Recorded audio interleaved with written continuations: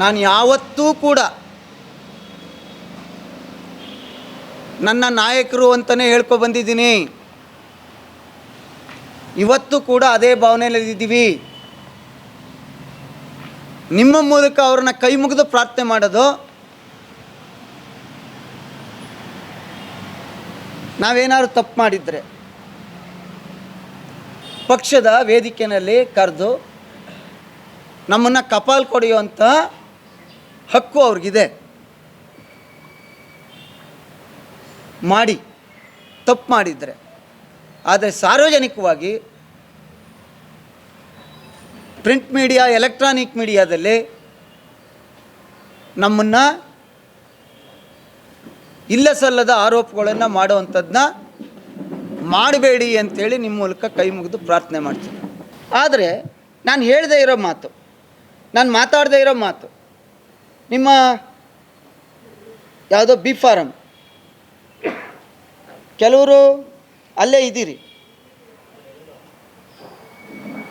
ನಾನು ಅವತ್ತು ಮಾತಾಡಿದಾಗ ನೀವೆಲ್ಲ ಭಾಳಷ್ಟು ಸ್ನೇಹಿತರುಗಳಿದ್ರಿ. ನಾನು ಬಿ ಫಾರಮ್ ಬಗ್ಗೆ ಮಾತಾಡಿಲ್ಲ. ಆಮೇಲೆ ವಿರೋಧ ಪಕ್ಷದ ನಾಯಕನ್ನ ನಾನು ಮಾಡಿಸ್ತೆ ಅಂತ ಹೇಳಿಲ್ಲ. ಆದರೆ ಈ ರಾಜ್ಯದ ಜನರನ್ನು, ಈ ಜಿಲ್ಲೆಯ ಜನರನ್ನು ಮುಂದೆ ನನ್ನನ್ನು ಯಾಕೆ ಕಳಂಕಿತನಾಗಿ ಮಾಡ್ತೀರಿ? ನಿಮ್ಮ ಕೈ ಮುಗಿದು ಪ್ರಾರ್ಥನೆ ಮಾಡ್ತೀನಿ.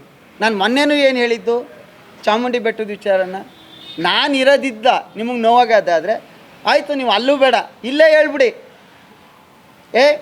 ನೀನು ಬರಬೇಡ, ನೀನು ಪಾರ್ಟಿಲಿ ಇರಬೇಡ ಅಂತ ನಾನು ಸಾರ್ವಜನಿಕವಾಗಿ ಹೇಳ್ತಾ ಇದ್ದೀನಿ. ಇಲ್ಲೇ ನೀವು ಹೇಳಿದ್ರು ಸಾಕು. ನೀವು ಕುಮಾರಣ್ಣನ ಜೊತೆ, ದೇವೇಗೌಡ ಸಾಹೇಬ್ರ ಜೊತೆ, ನಮ್ಮ ಪಕ್ಷದ ಕಾರ್ಯಕರ್ತರ ಜೊತೆ ನಾವು ಬದುಕಿರೋ ತನಕ JDS ಕೋಟ್ ಹಾಕ್ತೀವಿ, JDSಲ್ಲಿ ಇರ್ತೀವಿ. ಕಪಾಲ್ ಕೊಡಿದ್ರೆ ಒಡಿಸ್ಕೋತೀನಿ. ಆದರೆ ಸಾರ್ವಜನಿಕವಾಗಿ ನಾನು ಹೇಳದೇ ಇರೋದನ್ನ ಹೇಳಿ ನನ್ನಿಂದ ಅನ್ನುವಂಥ ಗೂಬೆ ಕೂರ್ಸೋದು ಬೇಡ.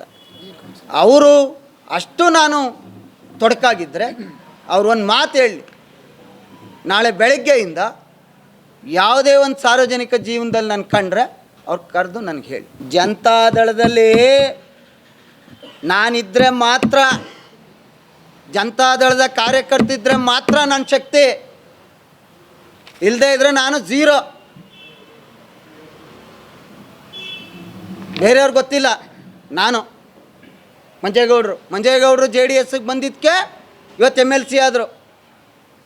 ನಾನು JDSಗೆ ಬಂದಿದ್ದಕ್ಕೇ 3 ಸತಿ ಶಾಸಕನಾಗಿ ನನ್ನನ್ನು ಮಂತ್ರಿ ಮಾಡಿದ್ರು. JDS ಇದ್ದರೆ ಮಾತ್ರ ನನ್ನ ಶಕ್ತಿ. JDS ಬಿಟ್ಟು ಹೋಗಿ ಏನೇನು 15 ವರ್ಷ ನಾನೇನಾಗಿದ್ದೆ ಅಂತ ನನಗೆ ಗೊತ್ತಾಯ್ತು.